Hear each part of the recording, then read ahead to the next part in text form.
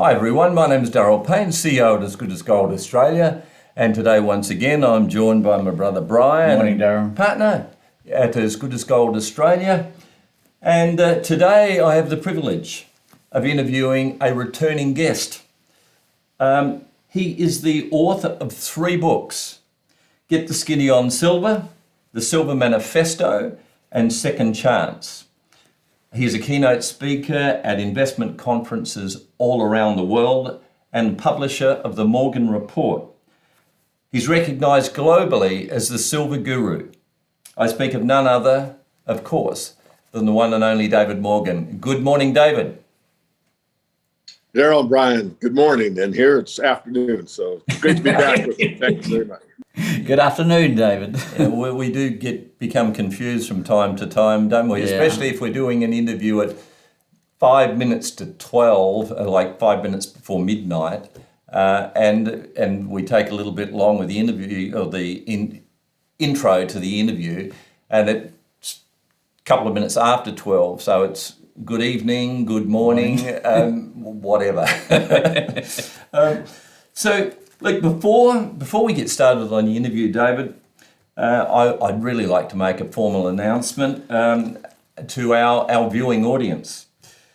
I'm delighted, as is Brian, of course, to confirm that David is now a member of the team at As Good as Gold Australia and will take on the role as executive advisor to the company. Now, we're thrilled. This is a great coup for As Good as Gold Australia.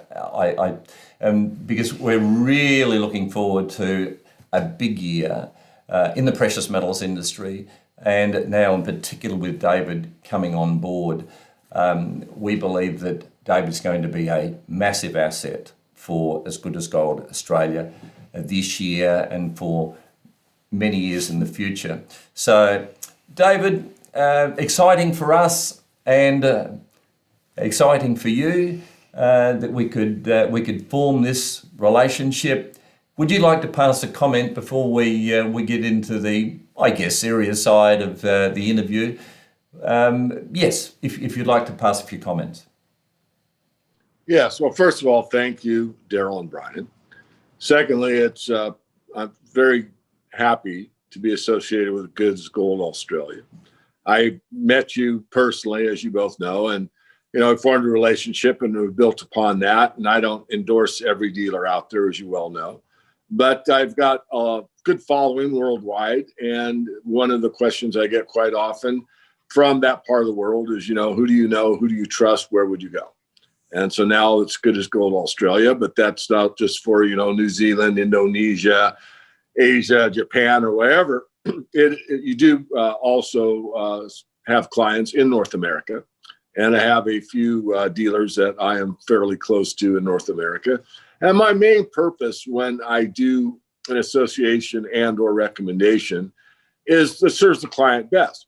In some cases, there's someone that's just getting started and maybe they need a little bit different, let's say, relationship to begin with. That's someone that's a seasoned investor or someone that's institutional size or very whatever. So I always try to match the right dealer-client relationship to start with. And having an association with Good as Gold Australia just gives me a better set of tools, you might say, in a toolbox of well-known, well-trusted, well-respected, no-nonsense, straight-up good people that produce the product we say we're going to in a timely fashion with no nonsense. I don't have time for nonsense.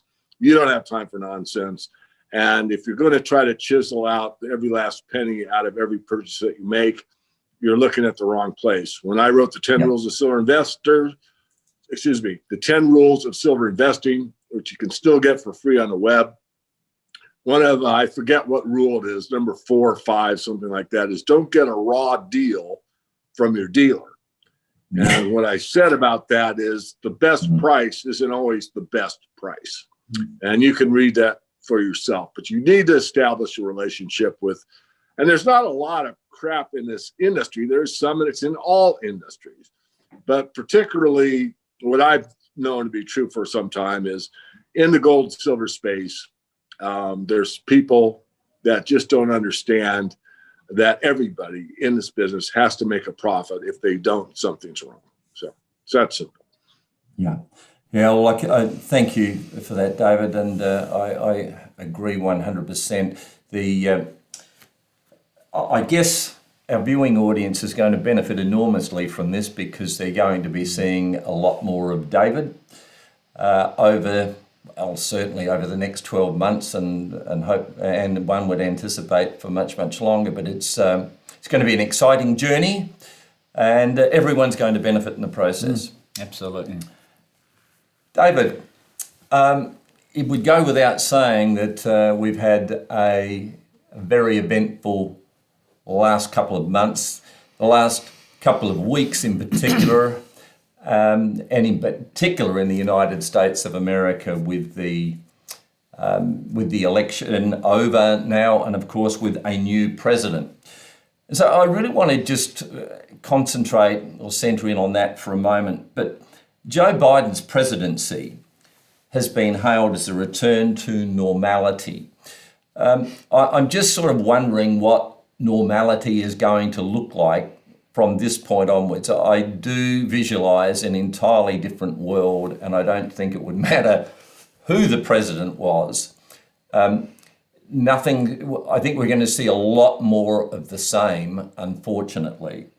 The incoming president, we do know, is committed to an unprecedented spending spree. Something like 1.9 trillion. I mean, these are just numbers that we've never talked about before because there's been no need to. But we are now talking stimulus packages into the trillions of dollars. And I believe, we're talking about national debt set to reach $30 trillion within in the US in the next few months. So how is this going to impact on your economy? Because at the end of the day, the United States economy affects all of us in a very big way. United States sneezes, we all catch a cold. That we know, we understand. So what do you see moving forward? What do you think this massive spending spree is? What's the impact it's going to have initially on inflation, cost of goods? Moving forward, what do you see? Well, thanks for framing it that way, Daryl. It's a great, I won't call it a setup, but it's a great intro, because going back before the Trump presidency, I was in Canada and I was asked just a couple of months before the election, what would it mean if Trump were to become president in 2016, sworn in 2017? And I said, not much. I said the economics background was so significantly superior as far as the problem that it really didn't matter what the administration was. And this woman that was interviewing me was kind of taken aback with that. And I went on further to explain that with the economic conditions, a new administration might make people feel better. I actually said word for word that it's like changing the captain on the Titanic. You might have a new captain at the helm, and you might have livelier music, and steerage might be brought up to first class, and there might be given out free hors d'oeuvres, and there might be all this stuff going on, and everyone feels really, really good. Happy days are here again. Let's make something great again, la, la, la, la.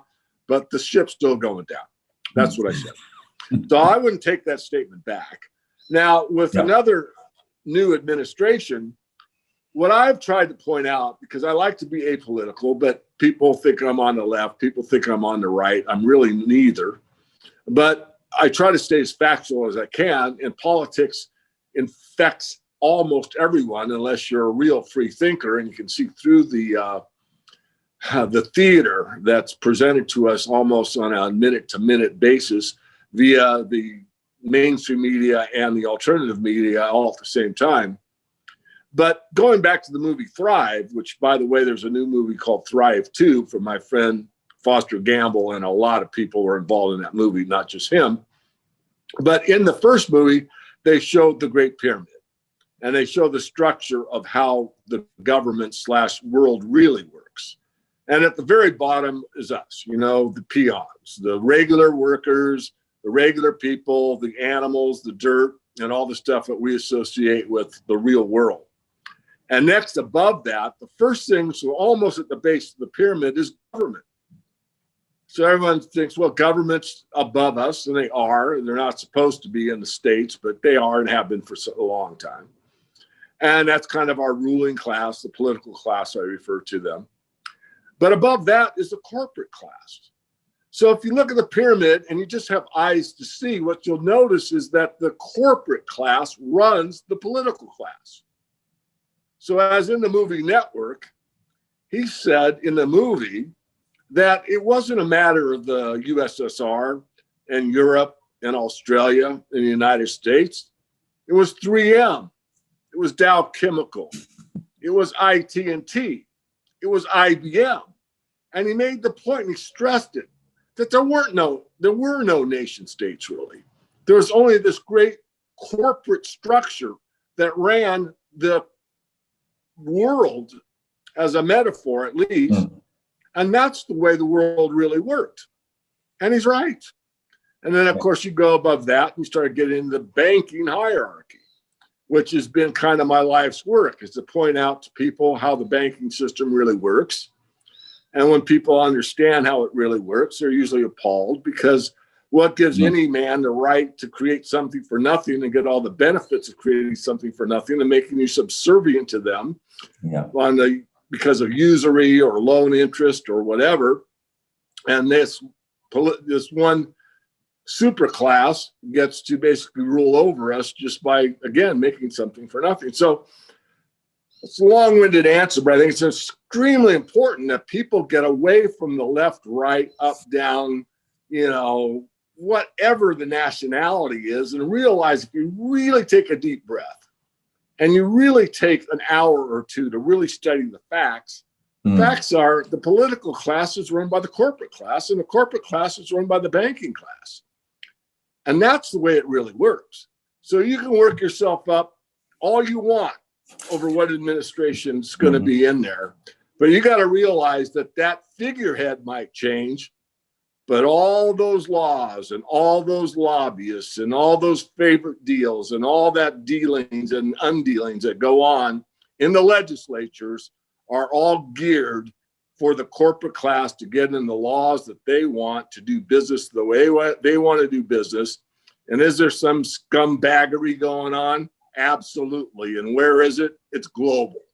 So that's the way it really works. So I'll stop there. Oh, no, you don't have to stop there. So, okay, let's just say for a moment that, let's get back to Joe Biden for a second, fully understanding what you've just confirmed. But he's going to spend 1.9 trillion. How long, and that's just the starter. So how long can one continue to do this before you crash the dollar? I mean, we're talking about the reserve currency of the world, and it's losing value dramatically against many of the other so-called major currencies around the world. If you add that sort of stimulus, that sort of spending, and the world is expecting it, what's that going to do to the dollar?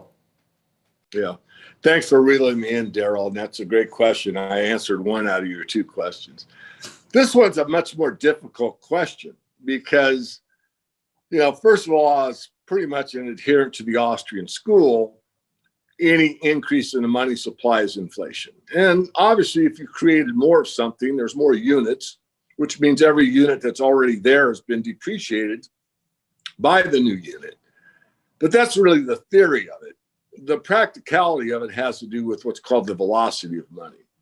So the banks are able to create this massive amount of new funny money, I call it. In fact, in 2020, it was up over 20% in a year. So that's like 1/5. So that's like 1/5. Are you kidding me? That like my car would cost 20% more in a year. I mean, you're approaching something on that percentage basis. So Daryl and Brian, it boils down to, look, we've had a 20% increase in money supply. It's going to show up in food. People are going to notice that everything costs more. And I think this will start to accelerate the velocity of money. They're going to say, I don't want to hold on to this because peanut butter costs more every time I go to the store or whatever. So at some point, and I just wrote about this in last month's Morgan report, it's called the crack up boom. You can type in crack up boom in a search engine. It's from von Mises of the Austrian school. Mm-hmm. And it basically gets to the point where it's psychological, not mathematical. I mean, I get criticized, and maybe rightfully so, and others of the Austrian school, that it's not the amount of money you print, it's how much money is in circulation and what the turnover rate is. And that's, again, velocity. And that's correct. But we're going to see velocity increase. What's going to be very sad is that so many people in the world with this health crisis are not going to be receiving the cash flow or income basis that they were, let's say, a year ago. So they are going to be impoverished as far as their amount of circulating currency in their back pocket, so to speak, versus what it could have, might have, should have been in an earlier year. And at the same time, you see the corporations I keep harping about become wealthier and wealthier because the corporations are squeezing out any competition in the area, and name the area, restaurant business. It's corporate restaurants that are staying in business. Mom and pop shops, they're being squeezed out, but the big box stores with the big conglomerates are still in business. Online shopping, I mean, like Bezos needs more money, but Amazon is doing extremely well. So you're seeing a shift to where the corporate grip on the overall global economy is becoming stronger and stronger. And at the same time, our basic human dignity is being challenged in areas like what you choose to eat. We're getting this huge push where it's going to be non-animal material. It's a big push toward a meatless society. And this isn't all that subtle anymore. Now, of course, you still have some choice, but people really don't understand how little choice they really have. I think a lot of people are waking up to that, and they're starting to understand. They can see it. It's so obvious. But nonetheless, the point is simple. I'll get right to it now. Most people are going to have less and less income. Costs are going to go up and up. They're going to reach a point where they say, I've got to spend this money, what little I have, for stuff that I need, before it starts costing even more than it's costing me today. That's the psychological tipping point that we will see, and I believe we'll see it this year. So Daryl and Brian, that is when you'll see the real inflation. When the turnover of money is, I'd rather own a jar of peanut butter than hold on to this Australian dollar, this Canadian dollar, this US dollar, because I know if I hold on to it, the next time I have to spend it, I'm going to get 20% less the next time I go to the store. I better spend it now. And once that psychological event triggers, that cannot be turned off. That is what the central banks fear the most, not the inflation. They want inflation, or at least they purportedly want inflation. What they don't want is the inability to control inflation. That's what scares them. They are scared of deflation, so they keep pumping in funny money because they don't want the velocity of money to go to zero, where nothing happens in the economy. On the other side of the coin, they want enough inflation to where the velocity is just right, and it's going to overshoot. And when it overshoots, again, I'm repeating, the psychology, I'd rather get something of value now than hold on to this worthless paper anymore. When that takes hold, and it doesn't have to be 100% of the people, it doesn't have to be 50% of the people, it doesn't have to be 20% of the people. It's something like 2 or 3% of the people go into that mode of thinking, it catches fire and it spreads rapidly throughout the whole economy. And it's not just the North Americans, it'll be global. And it's mostly going to be around food. I'm pretty convinced, at least at this point in time. And then, another topic which we could talk about is not only is how vital food is, obviously, but we're hitting an energy cliff at some point as well. So even though, there's this oil quote unquote glut right now, and I'll admit there is, it doesn't mean that it's going to last forever. And one more thing about the corporatocracy, and that is the way that the farming methods are set up on these huge corporate conglomerates now is so inefficient. Although mono farming looks like it makes sense, but the reality is it takes about 10 calories of energy to produce 1 calorie of food. So how sustainable is that? If they really want sustainable development, they're going about it the wrong way. David, what percentage, I know you know these numbers, I thought I did, but I'd like you to confirm. What percentage of the world's population invests in precious metals? Generally and now, currently? Yeah.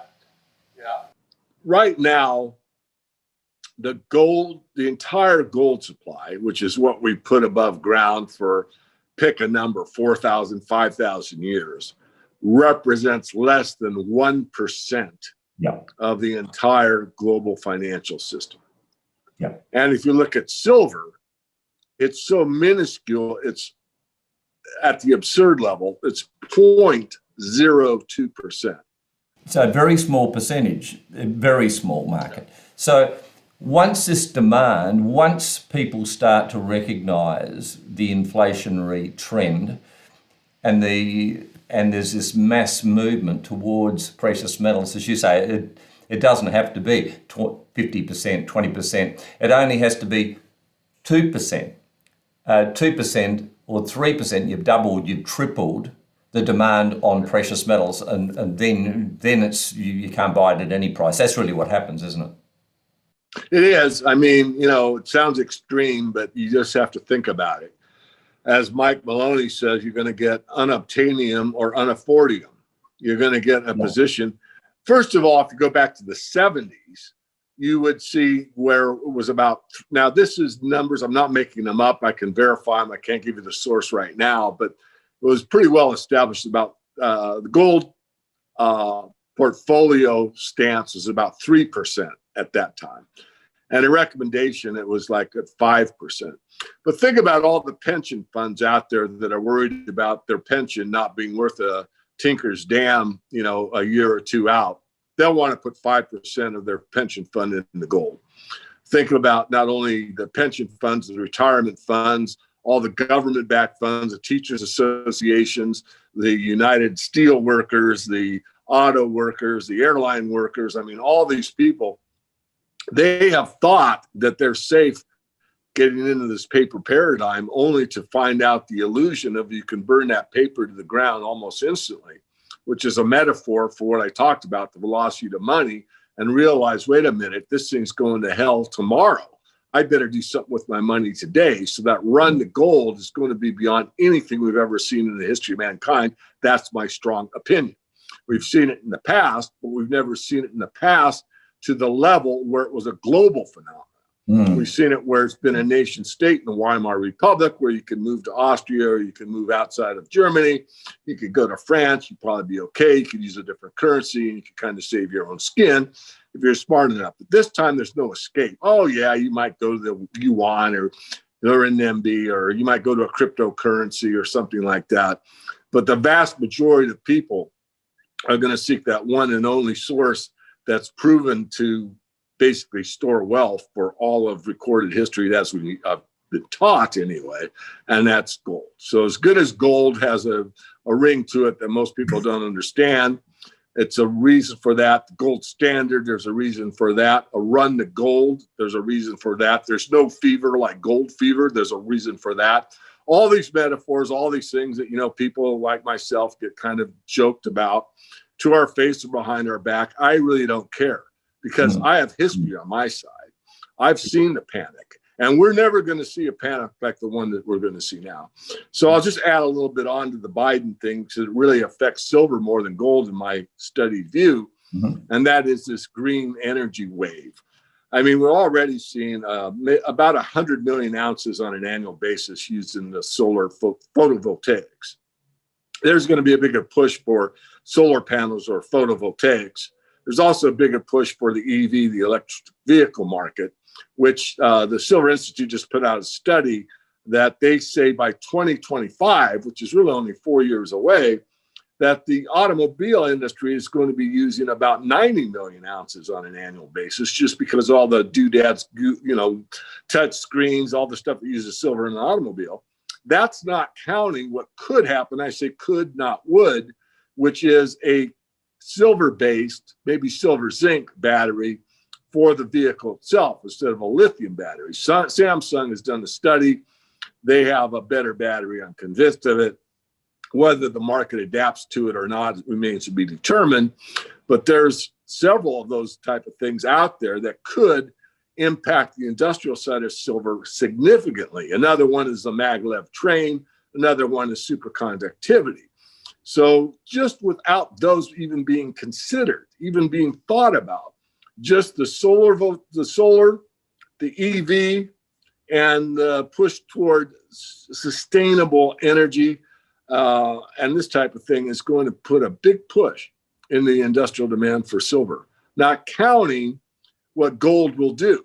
So if you factor in what gold will do, and people that say, oh my God, I thought gold was still under 2,000 an ounce. What's it doing at 4,500? And this big bulb blasts over their heads. It's not a light going off. It's a mini explosion. And they realize that silver is only $60. Guess what?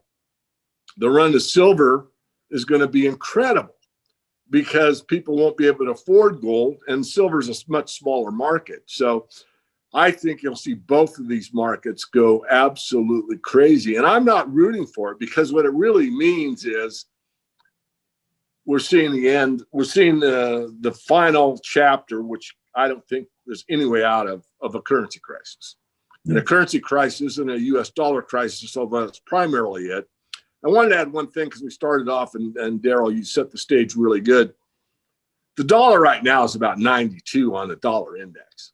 And it's been as low as, I believe, 78 or 77. I just looked at the chart recently. My memory's pretty good. So I'm really not that concerned about the dollar doing horribly bad in 2021. I don't think we're going to see the dollar down into the low 80s, high 70s this year. But I don't think you're going to finish the year at 92 either. I think you're probably going to be somewhere in the 80s. My point is that these things go very slowly, then all of a sudden. And again, it all is key on psychology, not on math. It's when we get that tipping point when people say, I've had it with the Aussie dollar, I'm going to the US dollar. And then they find out, well, the US dollar is depreciating just as fast as the Aussie dollar. I got to get the hell out of here. I need to get to gold. Yes. And once that's on, I know I'm repeating, but it's important because people don't believe this stuff until it's too late. There's an expression that once the ship is sunk, everyone knows how it might have been saved. I'm trying to get everybody, that needs it to get that life preserver. And you don't put your life savings in gold. You don't sell the farm and put it in gold. I mean, gold is a way to preserve wealth. You can't eat it. You can't do a lot with it. At least silver, you can, charge a battery and make a mirror and, purify water and all this other stuff. But it's the only bridge that we know of that has stood the test of time that will carry you through until things basically get sorted out. And that isn't usually a matter of months when we're facing the type of crisis we're facing. Yes. Yeah, strong point. So from what I'm hearing, David, the silver to gold ratio, which is talked about so much, you can see that coming down over the next couple of years to maybe a 40 to 1 or 50 to 1 over the next few years? I think so. This is the last leg up in this major bull market, in my opinion. And in the third leg up, we talked about this the last time I was on your show, but the third leg is the most important as far as price appreciation. But it's usually the shortest in duration. And usually it outperforms the previous leg up by a factor of about 2. So in the last leg up during the financial crisis of 2008, gold and silver got hammered down with everything, but gold particularly got hammered down less. So it's, he who loses the least amount is better than he who loses the most amount. So gold is off, if I remember correctly, about 30%. You can check me. I'll give the right idea. I forget the percentage. But it quickly turned around. Silver got hammered pretty good, as it usually does. It's a smaller market. And silver went from around 21, if memory serves, down to around 9. But then it went from 9 to 50. So that was a factor of about 500%. So if we look at that same percentage in the next leg up, and you could say, well, silver got hammered down to $12, which it did in the paper markets. And you say it's going to do double 500%. That's 1,000%. So you go from 12 to 120. I think that's conservative. But I've always said gold that silver would hit over 100 US. I still believe that's true. It could be multiple of that. It could be 200. It could be 300. I don't want to sound like a complete and total, non-participant in reality. But what people don't know is once the panic hits, it's fear buying. It's the idea that, again, I've got to get rid of this stuff. The psychology, the crack up boom has taken hold. They don't care what they spend because they know that money isn't going to have any value whatsoever. And because of that belief, they'll spend it on almost anything, and particularly the metals if they have any savings. So it remains to be determined. Is there a way out? It's possible. I don't see it. The banks will try everything that doesn't work. They'll go to capital controls. They may go to limits on the amount of something you can buy. They'll try to put food prices and peg it to a certain amount. They'll put in controls that you can only buy so much, meat per week. They'll do all kinds of things. All these controls will fail miserably, but they'll do them anyway, knowing full well that they'll fail, but they'll try. Yeah. And once that's failed, they'll come up with probably a second monetary system that's eventually maybe going to work. So my point is that they'll probably try something in the crypto space or blockchain space with a digital currency. Lots of promises and lots of rhetoric and lots of hyperbole that this is going to do everything for us. Don't worry, nothing to fear here. We've got it. We've pulled the rabbit out of the hat. Everything's going to be wonderful. But the people will intuitively know it's not going to work. The market will prove it doesn't work. So then eventually I think they will have to move back toward gold. I'm not convinced yet that they'll move directly to something that's really absolutely associated with gold directly. In other words, they could try some kind of gold related product, a gold backed crypto that you can't really exchange for gold. I don't see a true gold coin standard coming back to the fore. I just don't. I see electronic digital money, but I see it having a very difficult time long term without some substance behind it. It'll be forced on the people. They won't get a choice. Their bank accounts will one day be in digital form and the next day in a different digital form, because right now it's still in a digital form. It's just an entry on a computer. It's just the computer will interface directly with the central bank rather than the bank that, down the street that they think they have their account at. And the government will probably be in charge of direct deposit, whereas before it had to be like from your employer to your bank or whatever. So I don't think we're in for a soft transition. And I think the bankers themselves honestly don't know exactly what they want to do. I think, as usual, the private sector is ahead of them. I think this blockchain technology is something that is going to be coming more and more to the fore. There's always talk about the digital euro. There's all kinds of talk about the central bank digital currencies, but they don't know exactly how to implement it, how to regulate it, how to control it, and how to actually move people out of the current system into that one. And you still have cash, so that's a problem, or could be. It's not a problem for me, but it's a problem for them to, account for, well, we got to find all these people. And there was a trial balloon. I mean, I'm maybe going too far on this topic, but India was the trial balloon. India was basically a cash and carry society for the most part. So many people were unbanked. So many people lived without the banking system whatsoever at all and did just fine. But Modi was convinced by the banking elites that, hey, you got to deal with these large notes in India and you got to push everybody onto a digital system. And he did it. And that was proof that, the banks have a lot of power, a lot of control, and they can basically move the masses to whatever direction they want to move them. And that was a great experiment. And that's how I see it. The fact remains that that's what happened. Whether or not it was pre-planned or not, you could argue with me. I'd say it was.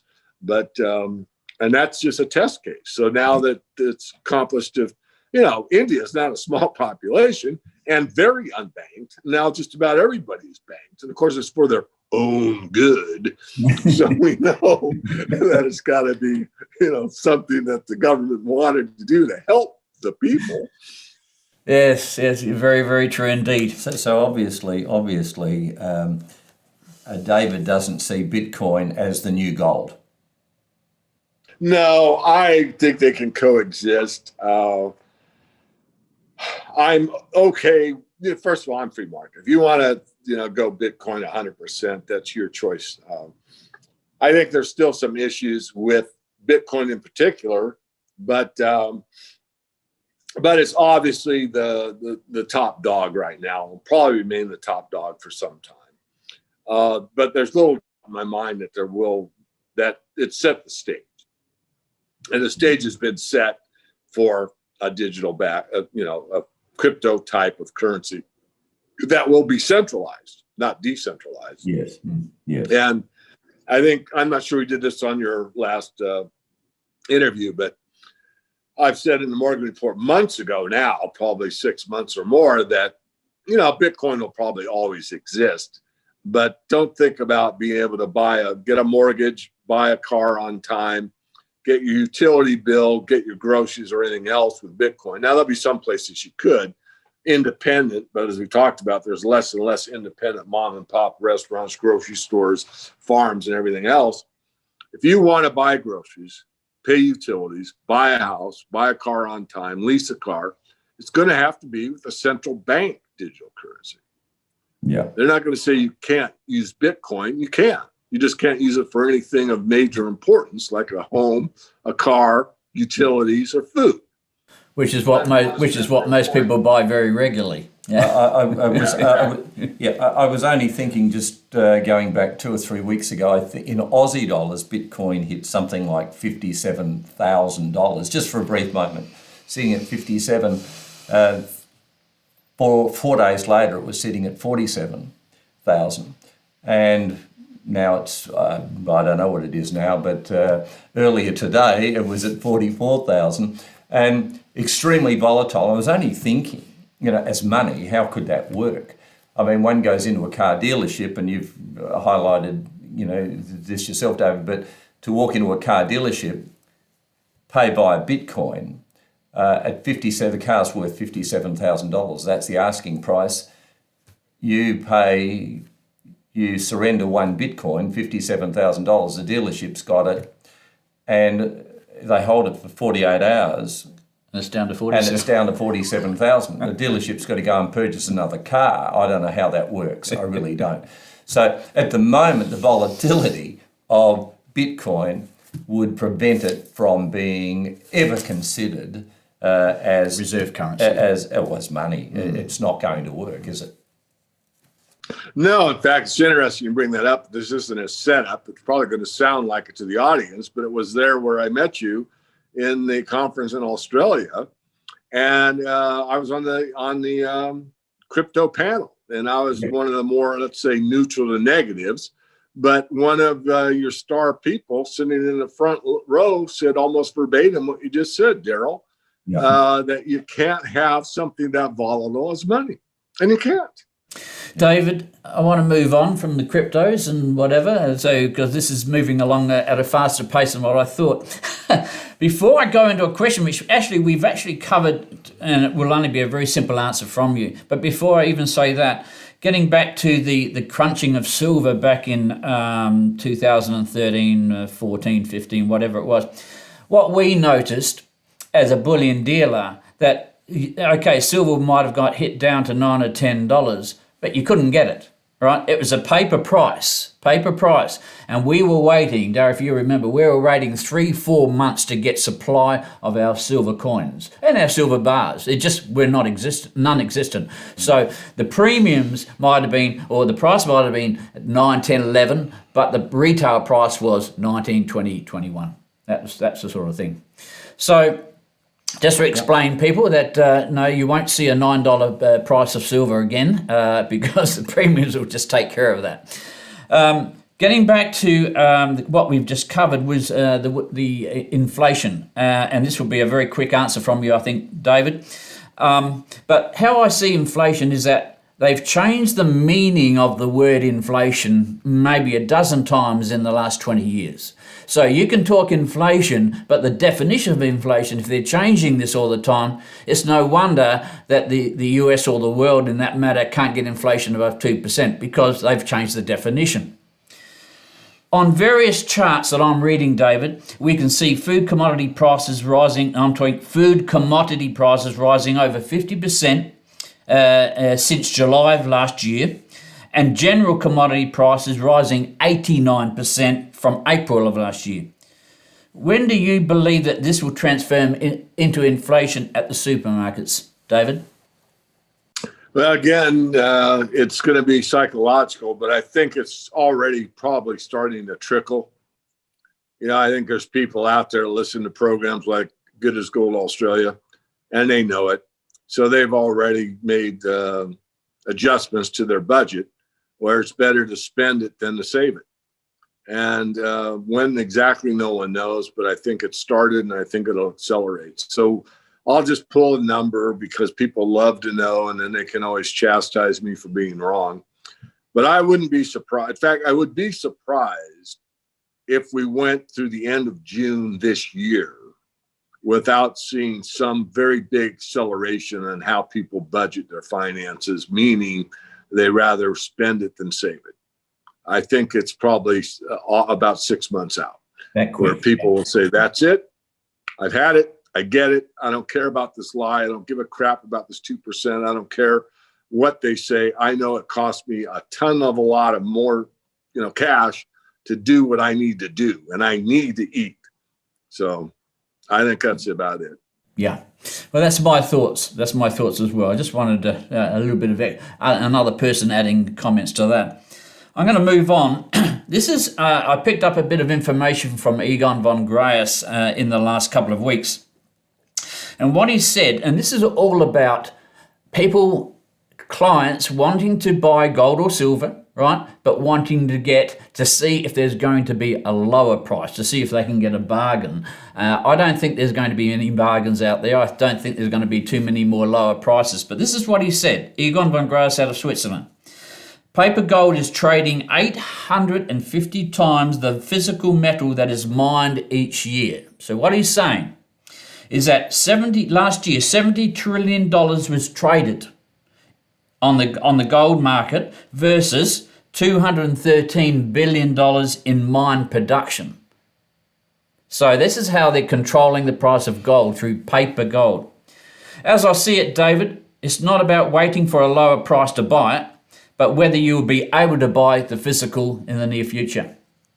What's your feeling?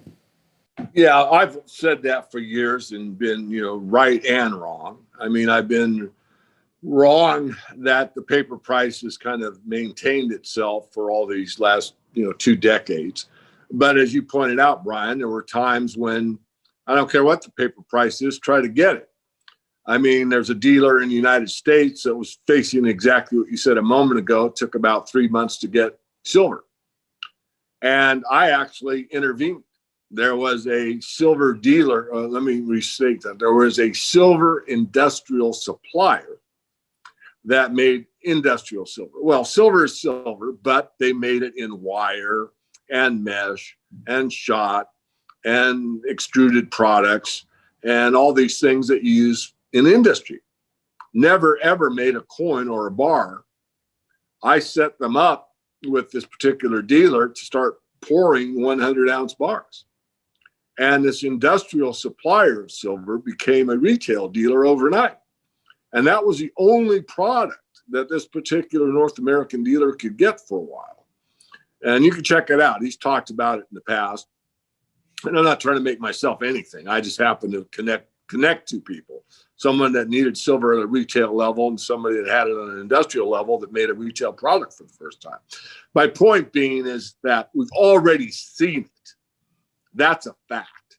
And to go and stretch a bit to look out where we keep saying it's unaffordium or unobtainium, that is reality. I have said for years that there will be a point where you just can't get it or get it in time.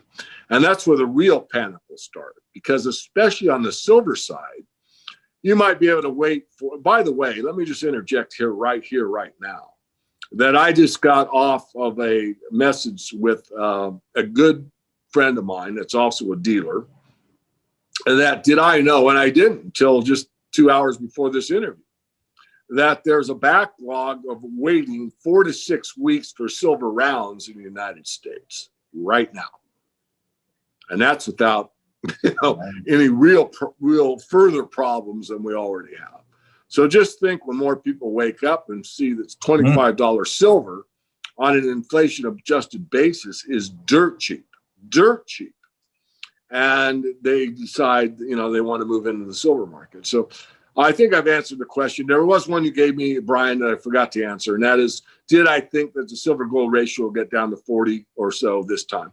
And on this bull market, we've already seen 33 to 1. And I started to take off on the answer saying that, this leg up is the biggest one, shortest in duration, probably doubles the last one. So we're going to see triple digit silver. What I left out is on that ratio is usually it does about double again, meaning if we went from 100 to 1, we could go to a ratio, excuse me. So if we went from a ratio of 80 to 1 down to 33 to 1 in the last leg, we could go from this 125 down to maybe 15. Believe it or not, we could see silver double, redouble, and double again on the gold silver ratio. We could go from the 125 to 75 to 35 to 16. Believe it or not. So yeah. I really think silver will outperform gold this time. Doesn't mean you shouldn't own gold. Gold is more conservative, it's more establishment. You can put it, a lot of people can put their life savings in their pocket and have room left over in gold. But, and I like to say this, I haven't said this in a long time. It's just a thought experiment. And I just have to say it. I'm just in a kind of mood. But you always hear about silver's too bulky, but it's only bulky relative to gold or platinum or palladium. But let's just do a thought experiment and say that gold and silver reach par, which means an ounce of gold is 5,000 an ounce and silver is 5,000 an ounce. If silver and gold reach par, then is it too bulky then? Very, very, very good statement, David. And to the audience, I want you to replay this last 1 minute because that you've heard the facts from David Morgan. No, look, very true. And I do believe, the gold silver coming out of the ground is presently 8.5 to 1. So I think 15, 1, 21 is very strong possibility. And when it gets to 1 and 1, well, watch out. The people that are saving in gold and silver are going to have a very big party. And my next question, David, I quite often find that people, whether they're a customer or not, but people don't recognize the value in saving in gold and silver. I'm going to stick to gold at the moment because people understand gold probably a little bit more than silver. When I explain it to them, when I get some time over the phone, they obviously come around and say, oh, I'll have some of that silver as well. But the question, my statement here is mainly about gold. I follow a website, goldprice.org. It has a lot of information on there that if you want information on gold and silver, that's the website to go to, second from As Good as Gold Australia. But it is a very good website. And what this gives me is the figures that gold and silver have gone up over the long term. And I'm not talking 12 months or 6 months or 15 months. I'm talking 10 to 20 years. What silver and gold has gone up over that period of time. Now, I've just written down here that, here we go. Divide the gold figure and you get 20% increase, average over 20 years. So in other words, in Australian dollars, gold to this day is up 400%, just a little bit over 400%. Divide that by 20 years, you get, from a base, you get 20% per year. If you calculate from the years 1971 to 2000, which is 1971 is when the famous President Nixon took us off the gold standard, the average was 13.5% Australian dollars. So now we've got an average over the 50-year period, first 30 years of 13.5, the next 20 years of 20%. So as of now, anybody can see the new US administration is going to spend much higher amounts than all previous presidents in the last 50 years. David, do you agree that 20 to 25% average annual increase on the long term in the price of gold is not an exaggeration? Now, before you answer that, David, I want to bring a point here. I wrote down it's in Australian dollars as 20%. Now, this is what it is in a number of countries in the Western world. The United States is presently up 600%, so it's 31% increase for 20 years. Canadian dollars, 25%. Swiss francs is the only one that's below 20%. It comes in at 15%. China, 23% average. Euro, 23% average. Japan, 27% average. South Korea, 26% average. Why wouldn't anybody start to save in gold and silver for the long term? Your comments, David. Yeah, I couldn't agree more. I'll just add that many of us have said in the industry that gold particularly does an accounting for all the mismanagement of government's printing. And if you do that in 1980, what you found is once that tipping point hit and the psychology was inflation is not going away, I've got to, the crack up boom is here. Gold went from around $300 an ounce in December of 1979 to 850 ounce in January 1980. So we went in about a 6, 7, 8 week period on almost triple in the value or the price of gold. Silver in that year went from $6 in January of 1979 to $50 in January of 1980 for an 800% increase. Yeah. This is what I'm talking about, because if we are taking the average return, which you just outlined so well, Brian, and compare it to the printing, which it basically has not kept up with, there is a point where it will accelerate to catch up. And the experience of monetary history shows us something very clear, that not only does it accelerate and catch up to the overprinting by government, it also exceeds it. Yes. If you went to 1980 and went to a gold coin standard, where we look at base money, the amount of piece notes of printed paper, and made them totally exchangeable for gold, you could have done that at $400 an ounce. But as we all know, or many of us in the industry know, it went over 800, which means there was actually a cover ratio of 2 to 1. Yeah. So it overshot the theoretical gold coin standard. If that were to happen again, we in the United States would be looking at over $10,000 an ounce gold. And if it overshot by a double, you'd have $20,000 an ounce gold. Now, this sounds extreme, because that's almost a tenfold from where we are currently in US prices. And yet it may, looking backwards, be less than extreme. It may not look like a large enough price, because as absurd as that sounds, when faith in the currency goes, when the currency crisis manifests and this acceleration starts in the metals, and they find out maybe you can't afford it because you don't have enough paper money saved, but even if you do, that you can't obtain it because there's a 3-week wait, a 6-week wait, an 8-week wait. Well, wait a minute. There's an 8-week wait, and I've got $4 million in my bank account, and it's losing a value of 20% a month. I'm sure as heck going to pay a premium on that guy down the street that has gold because I want some of it. So you're going to see a new market that's going to come about that will be outside of the exchanges that's really going to take off, which you've already seen. We've talked about that already, that there's the paper price and the supply-demand ratio is pretty easily to control as long as all you want to settle in is fiat. Because if you can produce the unlimited amount of paper gold or the unlimited amount of paper silver, you have an unlimited supply. So what's the problem? You can basically make the price whatever you want it to be if you have an unlimited amount of something. Problem is there isn't an unlimited amount of physical. And that's what we're getting already. As I said earlier, I think it bears repeating, just got off the message service with a fairly well-known friend of mine that's a North American dealer saying right now there's a 4 to 6 week wait.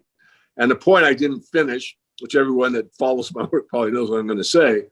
In silver, that's really critical. Why? Not only because it's has all the attributes of gold, it's not as well known as a money at this time.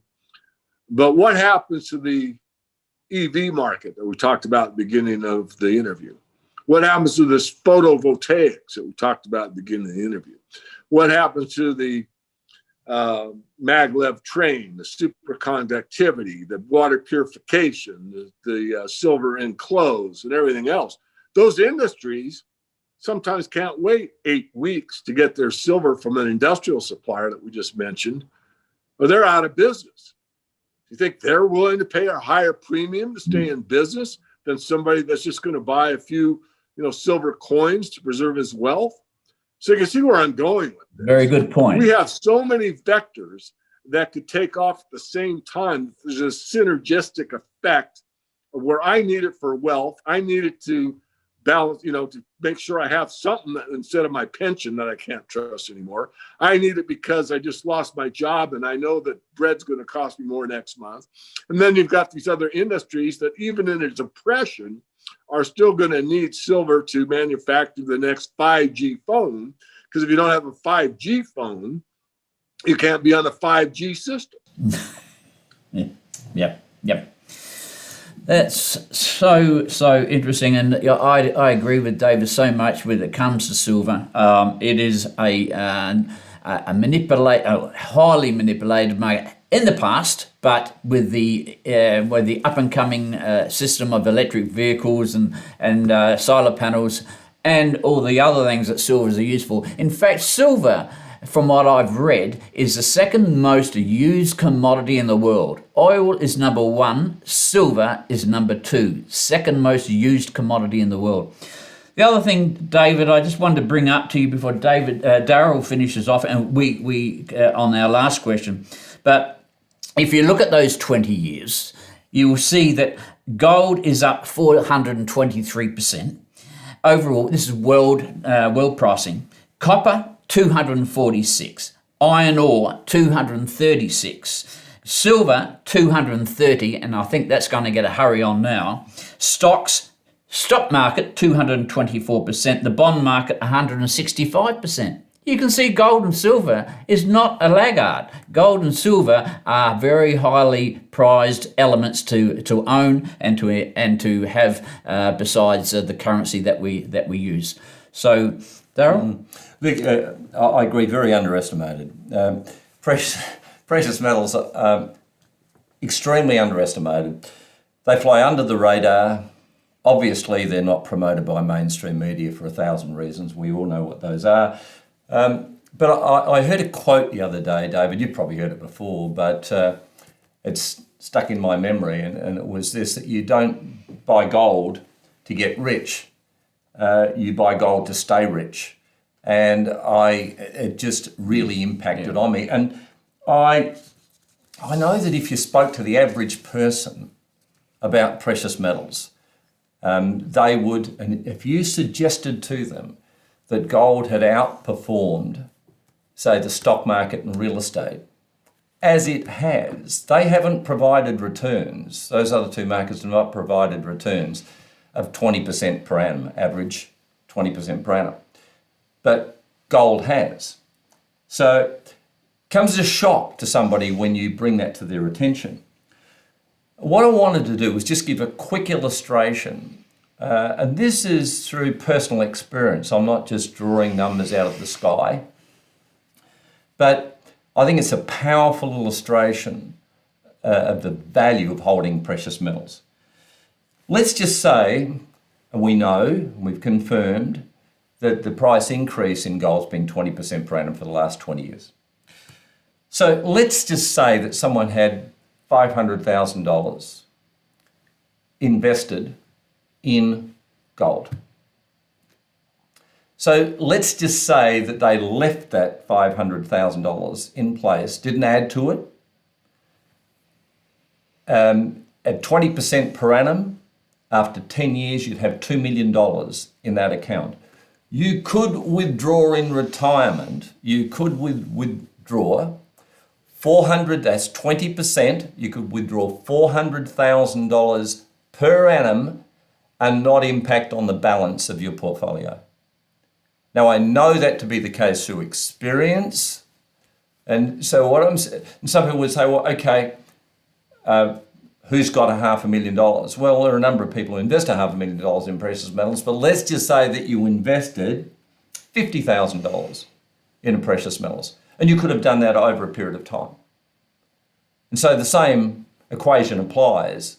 You would be able to withdraw a 20% of the value of your portfolio because you'd be able to withdraw $40,000 per annum and not impact on the balance of your account. What a wonderful position for a self-funded retiree to place themselves in. What a wonderful position for anyone to place themselves in. What are your thoughts here, David? Very similar to what I've said, not very often in the public, but people, you're taught not to spend your principal, blah, blah. Look, you could take, I use a different number, but it's the same idea. You could take your savings, we'll use gold, we could use silver, and you take every year 10% of your holdings and you sell that for fiat and you live on that. Yep. And then the next year you take 10% of what's left and you sell that for fiat. And you might find that year two, you're actually getting more fiat than you got in year one, because even though there's less of the pile left and 10% of a lower number is going to be less, the exchange rate is such that you're actually getting more pieces of paper. And you can continue to do that. And with my method, that's very similar to yours, you never go to zero. Because if you take a number, 5,000 ounces of silver, let's say, 10% the first year you sell 500 ounces. Now you're down to 4,500. The next year you sell 450. Now you're down to about 3,100 round number. You sell 310 and on it goes. But you never get to zero. And the point being is similar to what you said, and I like your method actually better than mine, but the point is that you can use your metals as a retirement savings plan. There's no doubt about it. And there's lots of tangents to that we don't have time to get into. But in today's world, if you don't understand what's going on with your money, and it's deliberate, in my view, to be undereducated about money and especially the history of money and what happens to all fiat, they all fail 100% of the time, no ifs, ands, or buts, no exceptions. And now we're facing a fiat fiasco that's a worldwide phenomenon. If you don't understand enough to know that you need some gold and perhaps some silver in order to get through what's coming in it's already here, but it's going to accelerate in the future, then I don't know what else to say. I mean, it's been a mission statement of mine for a very long time to teach and empower people to understand the benefits of an honest monetary system. We need honesty. The only way to keep it honest is to have honest money. There's no other way. I will say, David, with those equation that Darryl gave you and your comments there, You may have, if you have a pension, they're using your silver as a pension or gold as a pension. You may reduce the ounces, but if the ounces are going up on a yearly basis, the value is still maintained. I also gave it a very good thought about, and I'm probably pro gold and silver, but I'm not anti investment of real estate, anti investment in the stock market. But I have experience of 45 years, and what I've noticed, and I've met many clients, unfortunately, that have not done so well in their business formats. And so obviously bankruptcy is something a lot of people don't like talking about. I've met people that invested in stock markets have gone bankrupt because they've gone on to margin loans and things like that, and it hasn't worked out, and they've lost it all in the stock market. They've gone into bankruptcy. I've met people in the real estate market who have just overextended themselves, and it didn't work out for them. A lot of people have, but there are some that don't, and they go into bankruptcy. I have never met one person or one family that have invested in gold and silver that have gone bankrupt. Absolutely, it's impossible. So it's one of the next points that gold and silver really places value on ownership. Darryl? Oh, look, we've discussed this before and agree 100%. David, a gentleman by the name of Charlie Tremendous Jones, a number of years ago, and for many years, suggested to his audience that two of the most important things in life were the people you met and the books you read. And he was an avid reader of books. He had a massive library. I think I've got a pretty good library, but his was like the state library. And I adhered to that policy, as did Brian. We met a lot, and we're still meeting a lot of people who continually provide us with wonderful advice. If you were, as is the case right now, if you're in a position where you could provide two pieces of advice, because you could provide many, but if there were you only had the time, as is the case now, to provide two really important pieces of advice, what might they be to our viewers? Well, number one would be, and thanks for Charles Tremendous Jones. What a colorful character. One would be a lifelong learner. Yes. So, I've often said I'm not a know-it-all, I'm a learn-it-all.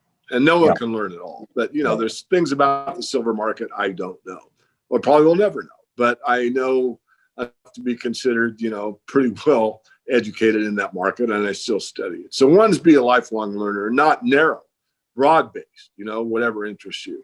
So I'd say be passionate about learning new things and exploring and staying open-minded. So number one, be a lifelong learner. Number two, I would say this might not apply in all aspects of any time period, but it applies now more than it ever has, ever. And that is to have some savings, have something to fall back on. And that means in today's world, you must have precious metals. If you have the ability to save, you must save in real money. Does that mean 100%? No. You're going to have some portion in physical metal. You're going to have real estate. You're going to have stocks. If you have the ability to save, you must save some of it in precious metals. There's just no other way around it. We are facing everything we talked about this whole interview, and it's accelerating and will continue to accelerate.